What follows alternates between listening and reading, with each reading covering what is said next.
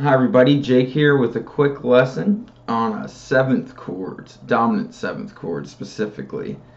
You'll notice I'm using a mandolin here that has very clear fret markers at 1, 3, 5, 7, 10, 12, and then you get back, you can get all the way up to 15.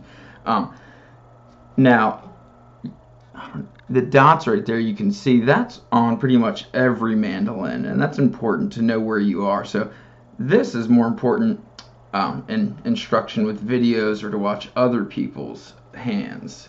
So what I'm first going to show you is the context of a seventh chord. It's used in all styles of music. We can, like I'll Fly Away, something like that.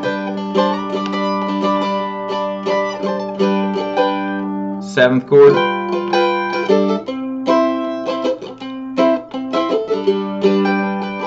Often the 5 in a chord progression. Here it's going to be a D. I'm going to use a D7. D7, G. So let's first show a G7 and what makes it. So the G, we're going to play this, which is first finger, second fret, second finger, third fret. That nice open G. What you have to do for seventh is to flat the 7. So the 7 of the G is going to be a G flat.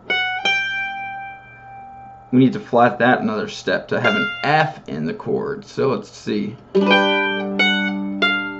my finger back here.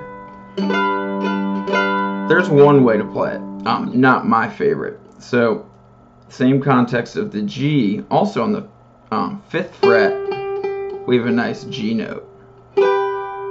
So let's take that down a whole step, also known as 2 half steps.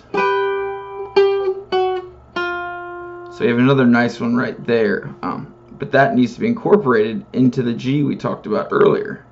So now I'm actually using my 3rd finger on the 3rd fret instead of my 2nd.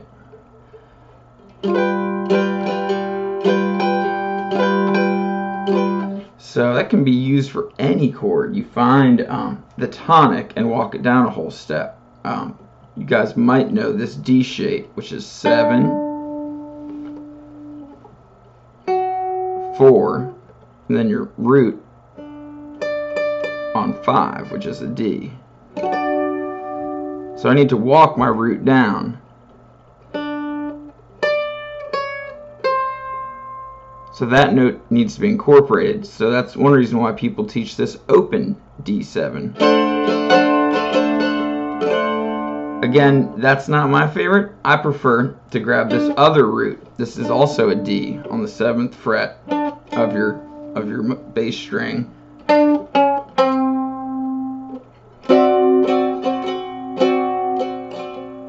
So that would be a D7.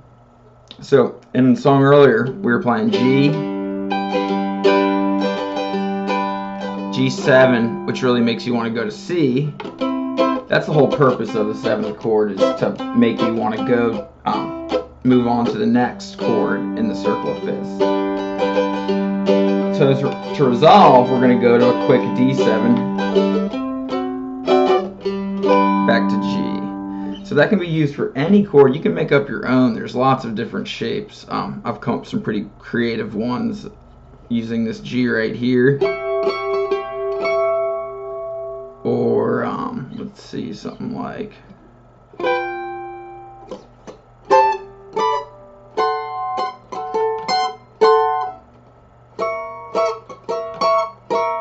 You do hear that it creates tension. I will tap some of these out for you so you know. That's a cool D that's closed. Meaning, closed means no open strings. I prefer those because then you can move them around. So we discussed this shape. So in G you can use this. But if you wanted to move it up to A, no problem. Scoot it up, right? So G, G sharp, A. But then you got to only play your bottom 3 strings. You can carry that on. Let's try a B flat, then a B. Let's go all the way up to a D7, all the way here. The nice thing about using only 3 strings, this can be moved up. You can use different sets. So here's a G7. Now if I just move everything up, move every finger up a string, now I have my C. So I'll tab some of these dominant 7 shapes and give more examples. Please subscribe to my channel. Any questions or comments are always encouraged. Trying to get some comprehensive information for more than just bluegrass on YouTube, as well as my website, which is jakecohan.com. Enjoy and experiment yourself. Understanding what the 7th chord is will help. Till next time.